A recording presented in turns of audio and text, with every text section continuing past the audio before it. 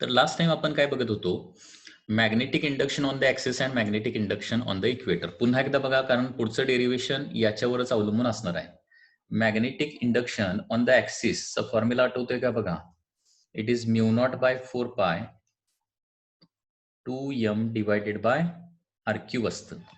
आणि इक्वेटरवर जर पॉइंट असेल तर मॅग्नेटिक इंडक्शनचा फॉर्म्युला काय असतो, mu naught by 4 pi M bye R cube. हे दोन फॉर्म्युले तुम्हाला पाठच करावे लागतील.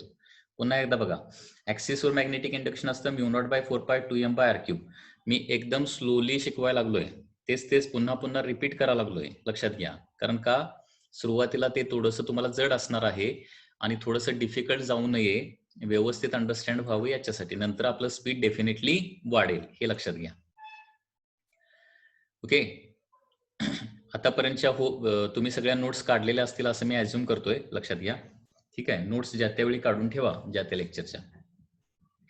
सो ऍक्सिसवर मॅग्नेटिक फील्ड किंवा मॅग्नेटिक इंडक्शन, मॅग्नेटिक फील्ड म्हणजेच काय, जे आपण कशामध्ये मेजर करतो, मॅग्नेटिक इंडक्शन मध्ये मेजर करतो. तर ऍक्सिसवर मॅग्नेटिक इंडक्शन किती असतं, mu naught by 4 pi 2m by R cube असतं. आणि इक्वेटरवर किती असतं, म्यू नॉट बाय 4 पाय m बाय आर क्यूब असतं. हे अगोदर फॉर्म्युला लक्षात ठेवा. आता मॅग्नेटिक इंडक्शन व्हेक्टर क्वांटिटी आहे, त्याची डायरेक्शन कशी असणार, पुन्हा एकदा बघा. ऍक्सिसवर पॉइंट जर असेल तर अवे फ्रॉम नॉर्थ किंवा टुवर्ड साऊथ, हे लक्षात ठेवायचं ऍक्सिसवर. आणि इक्वेटरवर जर पॉइंट असेल तर काय येणार आहे, नॉर्थ टू साऊथ अशी डायरेक्शन येणार. आता इथं काय केलेलं आहे, एक बार मॅग्नेट काढलाय. लेफ्ट हँड साईडला त्याचा नॉर्थ पोल आहे, राईट हँड साईडला त्याचं साऊथ पोल आहे. ठीक आहे. आता एबीसीडी या पॉइंटला मॅग्नेटिक इंडक्शनची डायरेक्शन कशी असणार ते काढूया. ठीक आहे. आता सुरुवातीला पॉइंट ए ऍक्सिसवर आहे का इक्वेटरवर आहे, सांगा रे मला. पॉइंट ए ऍक्सिसवर आहे का इक्वेटरवर आहे, ऍक्सिस की इक्वेटर.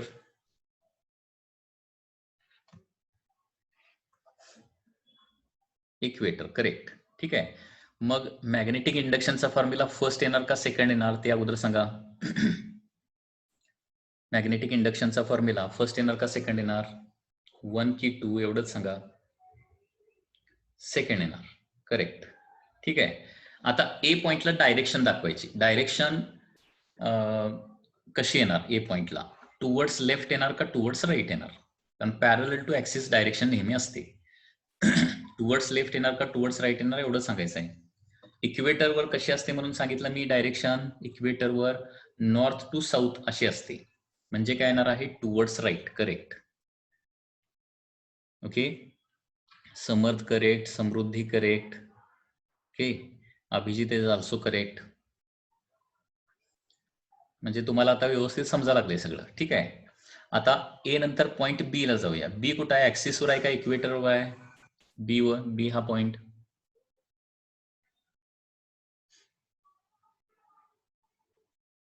ऍक्सिसवर आहे का इक्वेटरवर आहे, axis, correct. Abhijit correct, Shri Kuber correct, Shrishail correct, Ankita correct, Samruddhi correct. ठीक आहे. बी पॉइंट ऍक्सिसवर आहे. फॉर्म्युला कुठला वापरायचा, फर्स्ट वापरायचा का सेकंड वापरायचा, mu naught by 4 pi 2m by R cube, first formula. बरं, मॅग्नेटिक इंडक्शनची आता ही झाली मॅग्निट्यूड. डायरेक्शन कशी येणार आहे, बी पॉइंटला टुवर्ड्स राईट येणार का टुवर्ड्स लेफ्ट येणार, डायरेक्शन खूप महत्वाचे आहे बघा.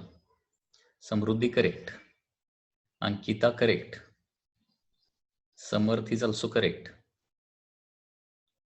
ओके. मी काय सांगितलं, ऍक्सिसवर डायरेक्शन कशी लक्षात ठेवायची, अवे फ्रॉम नॉर्थ पोल किंवा toward south pole. Away from north म्हणजे नॉर्थ पासून दूर म्हटल्यावर टुवर्ड्स लेफ्ट म्हणजे नॉर्थच्या जवळ आहे का साऊथच्या जवळ आहे ते अगोदर बघायचं. आणि अवे फ्रॉम नॉर्थ, नॉर्थच्या जवळ असेल तर अवे फ्रॉम नॉर्थ घ्यायचं, साऊथच्या जवळ असेल तर टुवर्ड साऊथ घ्यायचं. म्हणजे थोडक्यात साऊथ टू नॉर्थ अशी डायरेक्शन ती असते. हा, त्याच्यानंतर पॉइंट सी कुठं आहे, point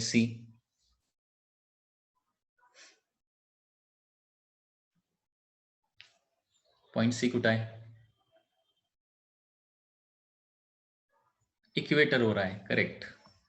Abhijit correct, Samarth correct, Ankita, Shreyas, Samruddhi, all of you are correct. Okay. तर पॉइंट सी जो आहे तो इक्वेटरवर आहे. फर्स्ट की सेकंड फॉर्म्युला यूज करायचा, संयुक्ता करेक्ट, फर्स्ट फॉर्म्युला की second formula, second, correct. Samar, Samruddhi, Shrishail, Shri Kuber, Ankita, Niranjan. Okay, second formula that is mu naught by 4 pi M bye R cube वापरावं लागेल. डायरेक्शन सांगा, सी पॉइंटला डायरेक्शन टुवर्ड्स लेफ्ट येणार का टुवर्ड्स राईट येणार? Abhijit correct, Samarth correct, Samruddhi correct, Ankita correct. Towards right, कारण मी काय सांगितलं, इक्वेटरवरच्या पॉइंटला डायरेक्शन जी आहे ती पॅरलल टू ऍक्सिस असते. पहिली गोष्ट पॅरलल टू ऍक्सिस आणि नॉर्थ टू साऊथ अशी असते सी पॉइंटला. आता नेक्स्ट पॉइंट डी कुठं आहे? ऍक्सिसवर आहे का इक्वेटरवर आहे? Axis, correct. फॉर्म्युला कुठला येणार, फर्स्ट की सेकंड? फर्स्ट. हा, त्याच्यानंतर डायरेक्शन कशी येणार आहे, टुवर्ड्स लेफ्ट की टुवर्ड्स राईट? बी ची डायरेक्शन.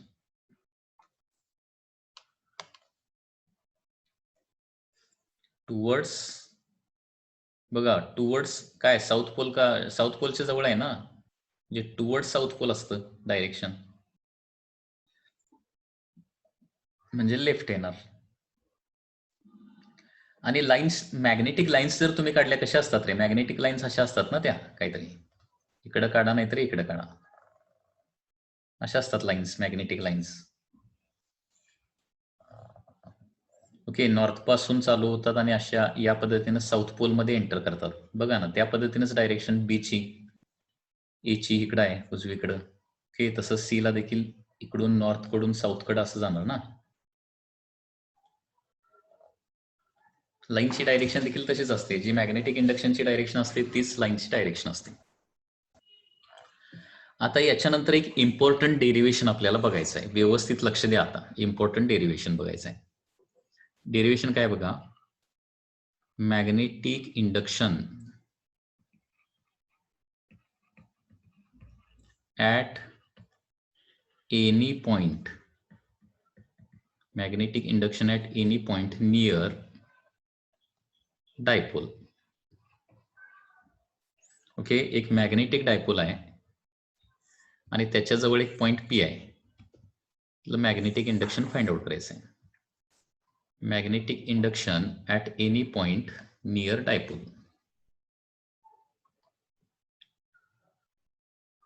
तर त्याची सुरुवातीला डायग्रॅम येणार. Suppose this is a dipole. Okay, here suppose there is a south pole and here there is suppose north pole and this is center of the dipole.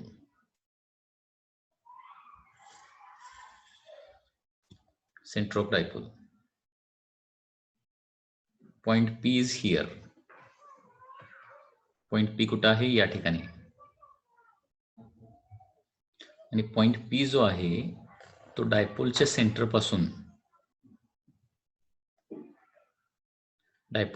पासून किती डिस्टन्सला आहे? Suppose r डिस्टन्सला आहे आणि हा अँगल का आहे? थीटा आहे, अँगल थीटा. मला सांगा इथे डायपोल मोमेंटची डायरेक्शन कशी असते रे? डायपोल मोमेंटची डायरेक्शन नॉर्थ टू साऊथ का साऊथ टू नॉर्थ असते? डायपोल मोमेंटची डायरेक्शन फास्ट, डायपोल मोमेंटची डायरेक्शन कशी असते? खूप अभ्यास करायला पाहिजे बघा, निवांत राहू नका. साऊथ टू नॉर्थ अशी असते. Correct, Ankita is correct. Okay, dipole moment which is denoted by capital M, त्याची डायरेक्शन नेहमी साऊथ टू नॉर्थ असते आणि डायपोल मोमेंट बरोबर अँगल किती आहे? थीटा नेहमी दाखवायचा आहे. कुणाबरोबरचा अँगल नेहमी दाखवायचा? थीटा, कारण दोन्ही साईडला अँगल येऊ शकतो ना. Angle theta with dipole moment. Okay, P पॉइंटनं डायपोल मोमेंट बरोबर केलेला अँगल किती आहे? थीटा आहे. तर पी पॉइंटला रिझल्टंट मॅग्नेटिक इंडक्शन किती असेल काढायचं आहे. हे डायपोल मोमेंट कॅपिटल एम आहे. ओके, तर इथं पॉइंट्स मी लिहितो. Consider A dipole, consider a magnetic dipole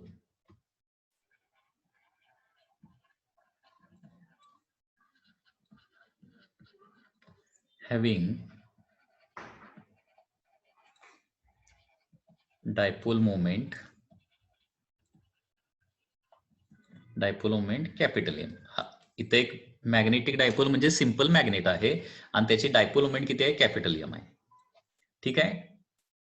त्याचबरोबर आता पॉइंट पी जो आहे, point P is at distance, किती डिस्टन्सला आहे, point P is at distance R from centre of magnet, centre of magnet.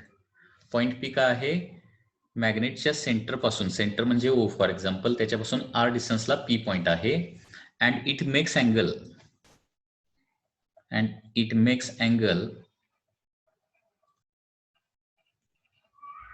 Theta with dipole moment. Okay, dipole moment बरोबर किती angle करतोय तो, थीटा अँगल करतोय. इथपर्यंत कुणाला काय डाऊट आहे का, जरा सांगा. Any doubt up to this point? Just information लिहिली आहे प्रॉब्लेमची. Consider a magnetic dipole having dipole moment capital M. Point P कुठं आहे, आर डिस्टन्सला आहे. कुठून, मॅग्नेटच्या सेंटर पासून. आणि तो किती अँगल करतोय, अँगल थीटा करतोय विथ मॅग्नेटिक डायपोल मोमेंट. ठीक आहे. आता पी पॉइंट ऍक्सिसवर आहे का इक्वेटरवर आहे, कोण सांगू शकेल? पी पॉइंट हा ऍक्सिसवर आहे का इक्वेटरवर आहे, बोला. पी पॉइंट ऍक्सिसवर आहे का इक्वेटरवर आहे?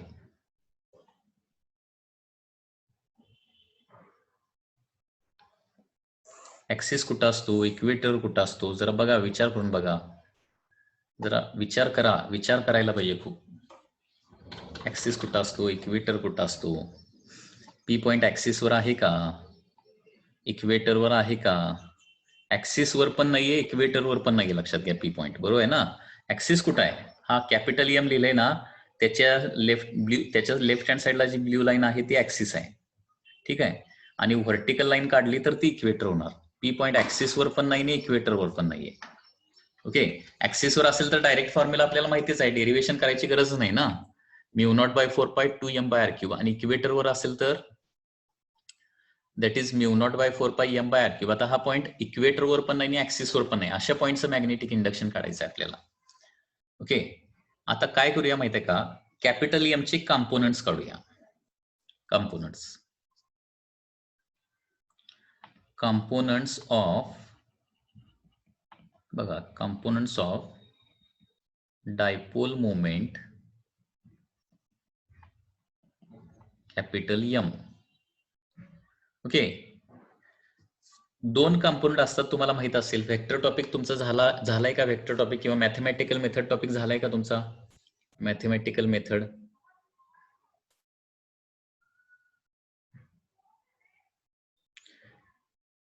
हा, मॅथमॅटिकल मेथड झालाय. इक्वेटर इनफायनाईट असतात, परंतु एक कुठला तरी इक्वेटर घेऊया ना आपण, एक व्हर्टिकल इक्वेटर एक घेऊया आपण, आणि त्याच्यावर पॉइंट पी जर असेल, इक्वेटरवर कुठला एक पॉइंट पी असेल, कुठल्याही एका इक्वेटरवर पी पॉइंट असेल, तर तेवढ्या डिस्टन्सला तेवढंच मॅग्नेटिक इंडक्शन येणार.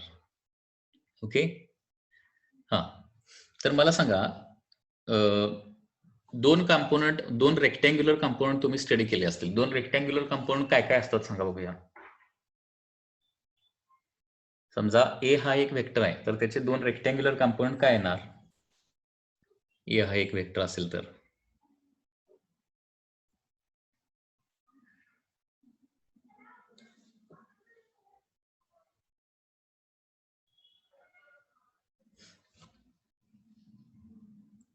ए हा एक वेक्टर असेल तर त्याचे दोन रेक्टँग्युलर कंपोनंट काय येणार?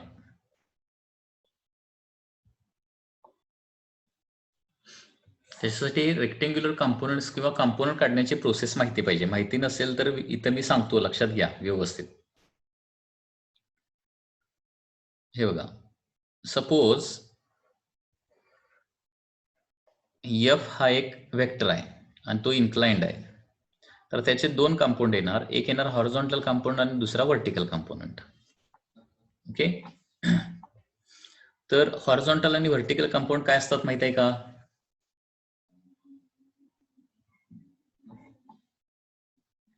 हे नेहमी लक्षात ठेवा. एक असतो साइन थिटाचा कंपोनंट आणि दुसरा कॉस. कंपोनंट काढायचं म्हणजे साइन थिटा आणि कॉस थिटाने मल्टिप्लाय करायचं, हे नेहमी लक्षात ठेवा. तेव्हा पुन्हा एकदा सांगतोय, फीचे दोन कंपाऊंड असणार, एक फी साइन थिटा, दुसरा फी कॉस थिटा. एफ चे दोन कंपाऊंड असणार, पहिला एफ कॉस थिटा, दुसरा एफ साइन थिटा, असे दोन कंपाऊंड असतात. आता एफ कॉस थिटा कुणीकडे असतो आणि एफ साइन थिटा कुणीकडे असतो हे पण तुमच्या लक्षात आलं पाहिजे. हे बघा, अँगल थिटा कुणीकडे आहे बघायचं, कारण थिटा अँगल दिल्याशिवाय कंपोनंट काढू शकत नाही, हे लक्षात घ्या. मी काय सांगितलं, अँगल थिटा दिल्याशिवाय आपण कंपोनंट फाइंड आउट करू शकत नाही. मग एफ चा थिटाच्या साईडचा कंपाऊंड काय येणार, एफ कॉस थिटा येणार. लक्षात येते, नेहमी लक्षात ठेवा, थिटाच्या साईडचा कंपोनंट कॉस असतो आणि थिटा ज्या साईडला नाहीये तिकडचा कंपाऊंड काय असणार, साइन थिटा. झालं, एवढंच आहे कंपोनंट काढायचं म्हणजे. ओके, ठीक आहे. आता आणखी एक एक्झाम्पल देतो. समजा ही व्हेलॉसिटी फी आहे आणि मला याचे दोन कंपाऊंड काढायचे आहेत. आता तुम्ही मला सांगा, हा हॉरिझॉन्टल कंपोनंट जो आहे, हॉरिझॉन्टल फीचा हॉरिझॉन्टल कंपाऊंड काय येणार? तेव्हा कंपाऊंड दोनच असतात, एक फी साइन थिटा, दुसरा फी कॉस थिटा. हॉरिझॉन्टल काय येणार सांगा बघूया, हॉरिझॉन्टल कंपाऊंड काय येणार फीचा? फी साइन थिटा येणार का फी कॉस थिटा येणार? बोला लवकर. अजून कुणाचंच आन्सर आलं नाही, कारण हे इथं कंपोनंट काढता येणं आवश्यक आहे. हॉरिझॉन्टल कंपोनंट अभिजित म्हणतोय फी साइन थिटा येणार. बर, आणि कुणाचा आन्सर, समर्थ साइन थिटा येणार. ओके, आणखी कोण सांगताय?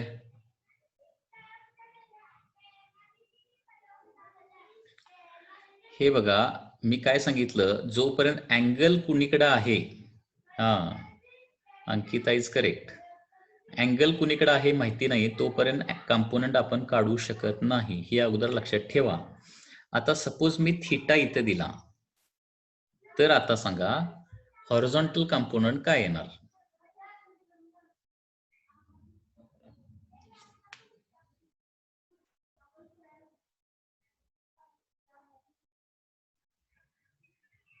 करेक्ट, हॉरिझॉन्टल येणार फी कॉस थिटा आणि व्हर्टिकल येणार fee sine theta.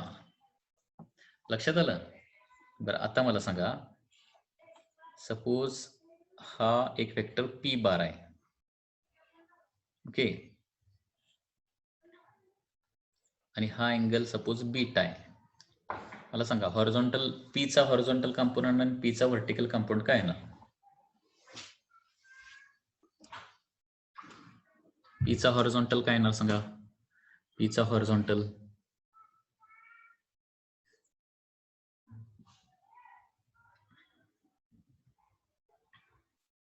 Correct, Sneha correct, Samarth correct, Abhijit विचार कर जरा. हा, श्री कुबेर करेक्ट. म्हणजे नेहमी लक्षात ठेवा, थिटा ज्या साईडला असतो ना तिकडचा कॉस घ्यायचा रे, एवढं साधं सोपं आहे. पुन्हा एकदा सांगतोय, कुठलाही वेक्टर जर इन्क्लाइंड असेल तर त्याचे दोन कंपोनंट असतात, एक म्हणजे साइन कंपोनंट आणि दुसरा कॉस कंपोनंट. आता साइन कंपोनंट कुणीकडे असणार, कॉस कंपोनंट कुणीकडे असणार, कसं लक्षात ठेवायचं, ज्या साईडला थिटा असतो त्या साईडला कॉस कंपोनंट लिहायचा आणि दुसऱ्या साईडचा मग साइन लिहायचं, एवढंच तर करायचं आहे.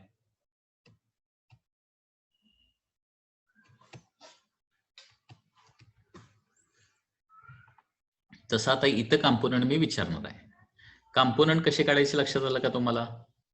पहिली महत्वाची गोष्ट, कारण कंपोनंट काढायचं लक्षात आल्याशिवाय पुढचं आपण डेरिव्हेशन करू शकत नाही. हे वेक्टर टॉपिक मध्ये तुम्ही शिकला असाल.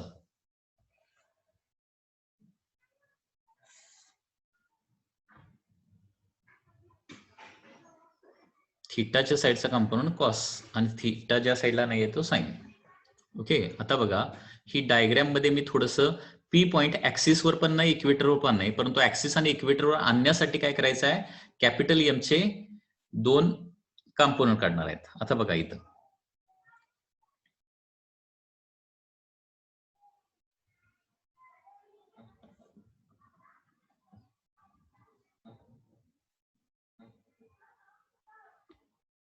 हा तुमचा कॅपिटल एम आहे.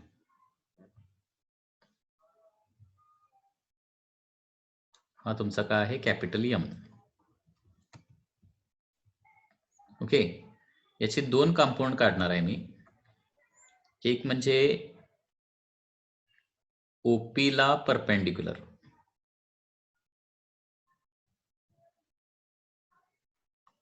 ओपी ला परपेंडिक्युलर इकडे एक कंपोनंट काढणार आहे मी, आणि ओपी ला parallel.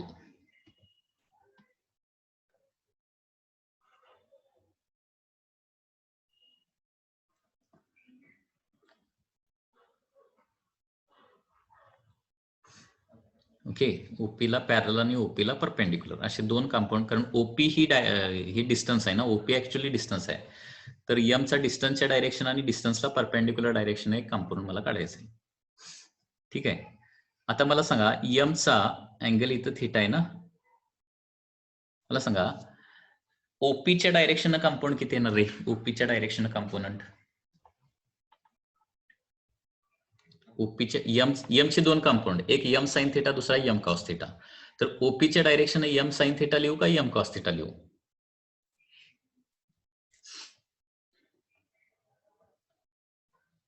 Correct, Ayesha correct, Ankita correct, Sayali correct, Samruddhi correct. ठीक आहे ना, मी आत्ताच सांगितलं ना तुम्हाला कन्सेप्ट. थिटाच्या साईडला जो कंपाऊंड असतो त्याला काय करायचं, कॉस कंपाऊंड लिहायचं. म्हणजे हा तुमचा येणार आहे एम कॉस थिटा, आणि हा काय राहिला मग तुमचा, हा तुमचा काय राहिला, एम साइन थिटा राहिला. ओके, म्हणजे एम चे काय केलेले आहेत, दोन कंपोनंट काढलेले आहेत. म्हणजे एका डायपोलचे दोन डायपोल थोडक्यात मी तयार केलेले आहेत. Okay, components of dipole moment capital M. Okay, पहिला येणार आहे that is M cos theta in direction of OP. ओपीच्या डायरेक्शन येणार एम कॉस थिटा, आणि दुसरा कंपोनंट येणार आहे M sine theta perpendicular to OP. Perpendicular to OP.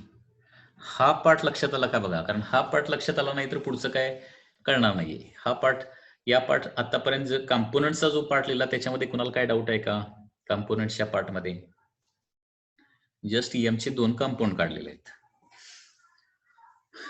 M cos theta, M sine theta. Any doubt?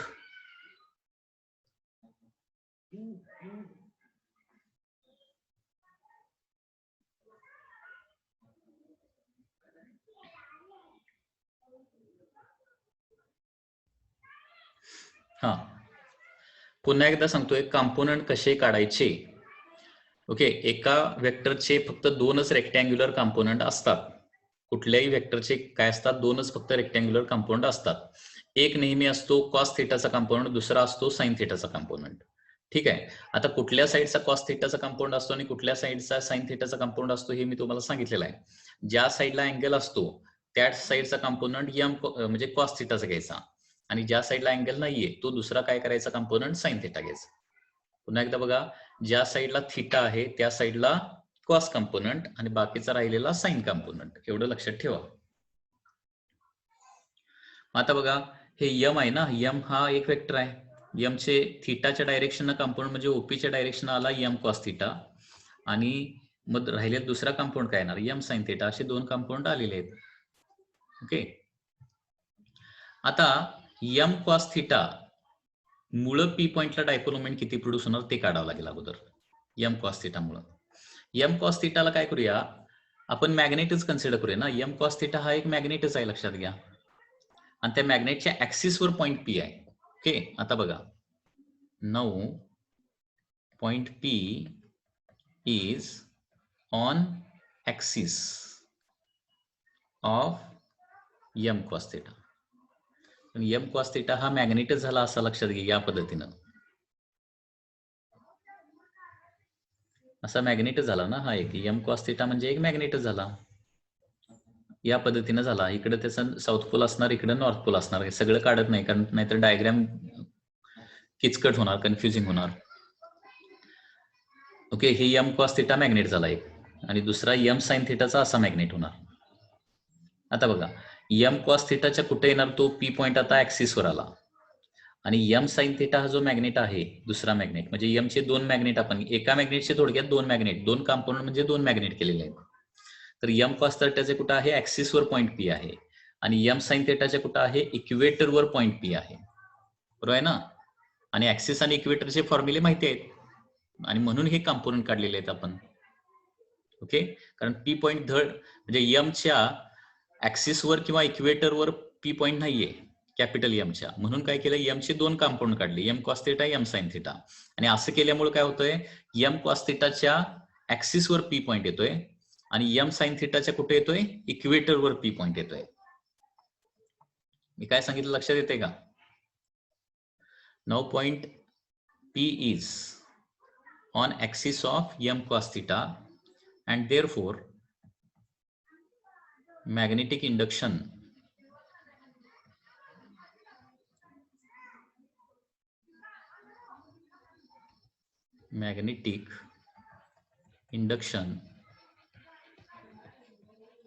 at P due to m cos theta. Formula वापरूया त्याला B1 म्हणूया. B1 is equal to mu naught by 4 pi axis वर किती असतं 2m by R cube असतं ना, परंतु फक्त m नाही तर m cos थिटा आहे आता 2m cos theta divided by R cube. आणि सगळ्यात महत्वाची डायरेक्शन म्हणून मी मगाशी डायरेक्शन अनेक वेळा रिपीट केली. डायरेक्शन कशी असणार m cos थिटा मुळे अशी असणार ना डायरेक्शन along the axis असते. and same as dipole moment ही झाली B1 ची direction. This is direction of magnetic induction B1. Okay. आता पुढे बघा m साइन थिटाच्या कुठं आहे P पॉइंट इक्वेटरवर आहे. त्याच्यामुळे प्रोड्यूस होणारा मॅग्नेटिक इंडक्शन देखील लिहू शकतो मग आपण. Point P is on equator of m sine theta. Okay. आणि त्याच्यामुळे प्रोड्यूस होणारा magnetic induction therefore magnetic induction at P due to m sin theta B2 is equal to mu naught by 4 pi m dipole moment किती आहे आता m sin theta आहे ना divided by R cube होणार. हे दोन फॉर्म्युले कसे लिहिले लक्षात आलं का बघा. आणि त्याची डायरेक्शन पण दाखवूया. B2 ची डायरेक्शन काय कशी असते पॅरलल टू ऍक्सिस ना, म्हणजे अशी येणार direction parallel to axis and north to south ही अशी डायरेक्शन येणार बघा इथं.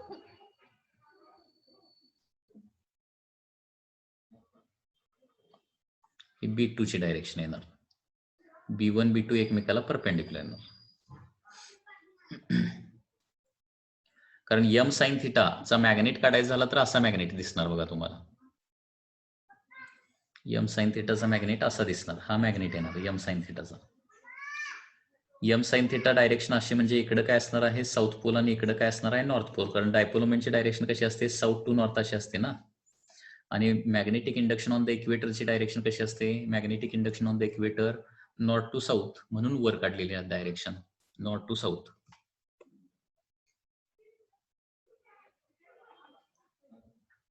ओके. आता इथं दोन मॅग्नेटिक इंडक्शन आहेत B1 आणि B2 P पॉइंटला आणि ते दोघेही एकमेकाला परपेंडिक्युलर आहेत. ओके. दोन मॅग्नेटिक इंडक्शन आहेत B1 B2 दोन्ही एकमेकाला परपेंडिक्युलर आहेत.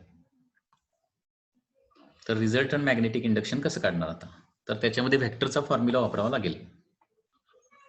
Bye using formula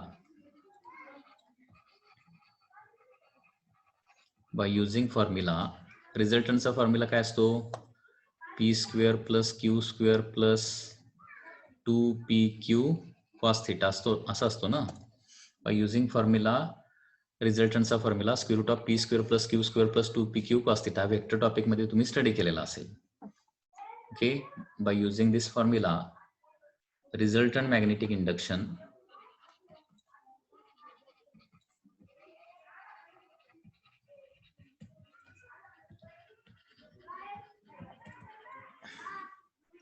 at point P, resultant magnetic induction at point P, B is equal to काय येणार आहे, square root of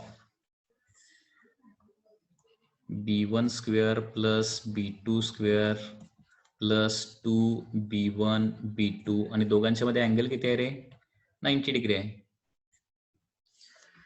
square root of B1 square plus B2 square plus 2B1 B2 cos 90. So B is equal to काय येणार आहे, square root of,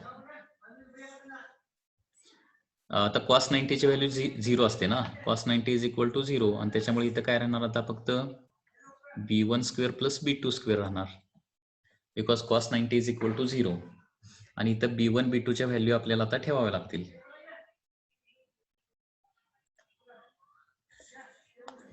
B1 ची value काय होती बघा, B1 ची μ0/4π 2m cos theta divided by r cube याचा square होणार, plus μ0/4π m sin theta divided by r cube याचा स्क्वेअर येणार. Okay, so B is equal to, आता काय होणार बघा, याच्यातले कॉमन टर्म बाहेर काढूया सगळ्या. μ0/4π आणि m/r³ बाहेर काढतो, म्हणजे स्क्वेअर रूट मध्ये राहणार काय बघा, आता μ0/4π m/r³ बाहेर काढलं तर 2 cos थीटा याचा स्क्वेअर शिल्लक राहणार, प्लस μ0/4π m/r³ बाहेर काढलं तर काय राहणार आहे, साइन थीटा याचा स्क्वेअर शिल्लक राहणार. So B is equal to μ0/4π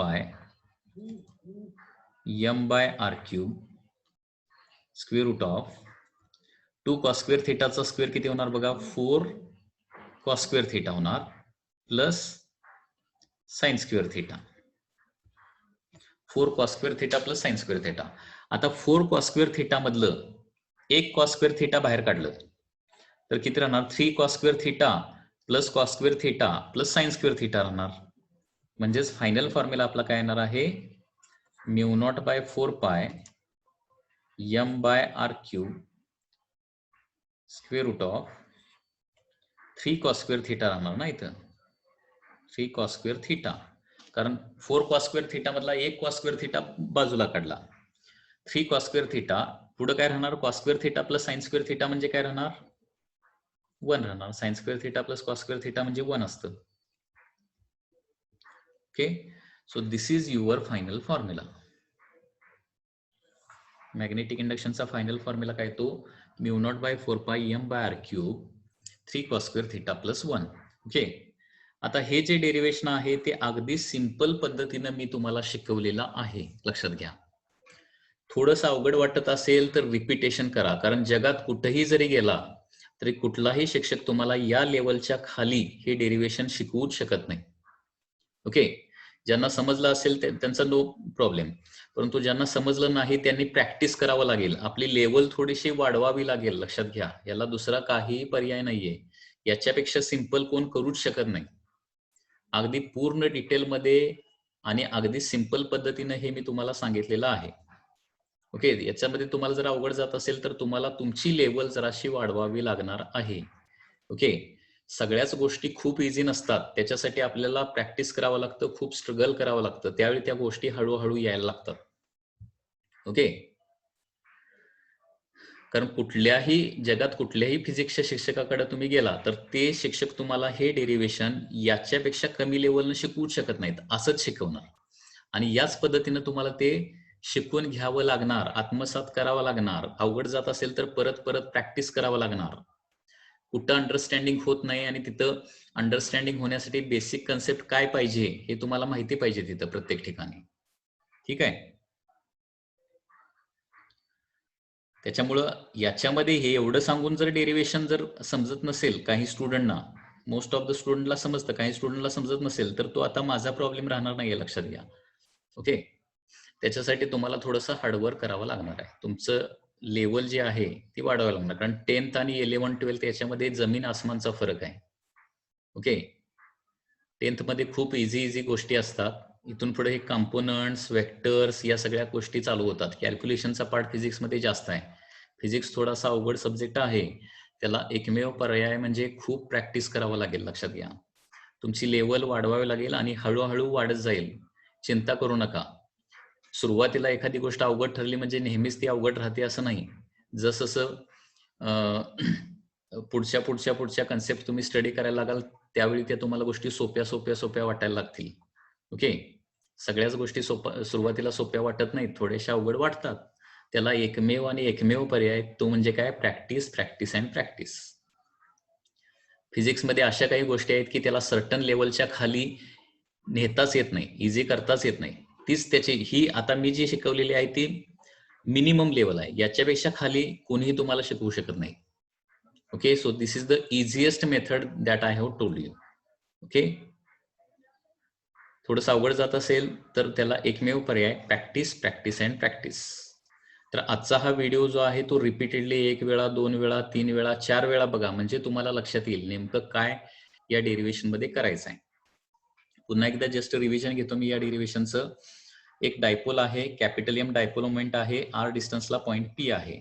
तर काय केलेलं आहे, पी पॉईंट ऍक्सिसवर पण नाही, इक्वेटरवर पण नाही, म्हणून मी काय केलं, एका डायपोलचे 2 डायपोल तयार केले, म्हणजे कॉम्पोनंट्स तयार केले. एक आहे एम कॉस थिटा, दुसरा एम साइन थिटा. कॉम्पोनंट केल्यामुळे ऍडव्हान्टेज काय मिळतोय आपल्याला, एम कॉस थिटाच्या ऍक्सिसवर पी पॉईंट येणार आहे आणि एम साइन थिटाच्या कुठे येणार आहे, इक्वेटरवर तो पॉईंट पी येणार आहे. लक्षात घ्या.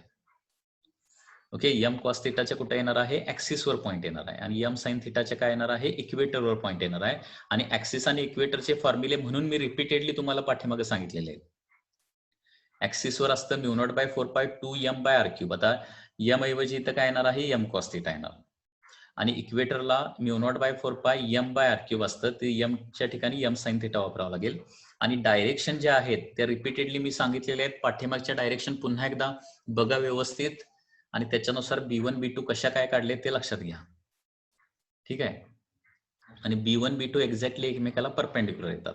मग 2 परपेंडिक्युलर व्हेक्टरचे ऍडिशन करायचे असेल तर आपल्याला रिझल्टंटचा फॉर्म्युला वापरावा लागतो. आणि तो फॉर्म्युला काय आहे, R = √p² + q² + 2pq cos θ. त्याच्यामुळे रिझल्टंट मॅग्नेटिक इंडक्शन येणार आहे B = √b1² + b2² + 2b1 b2 cos of 90. कारण दोघांच्या मध्ये अँगल 90 डिग्री. cos 90 म्हणजे 0. ही तिसरी टर्म कॅन्सलच होते. मग b1² + b2² ची फक्त आपण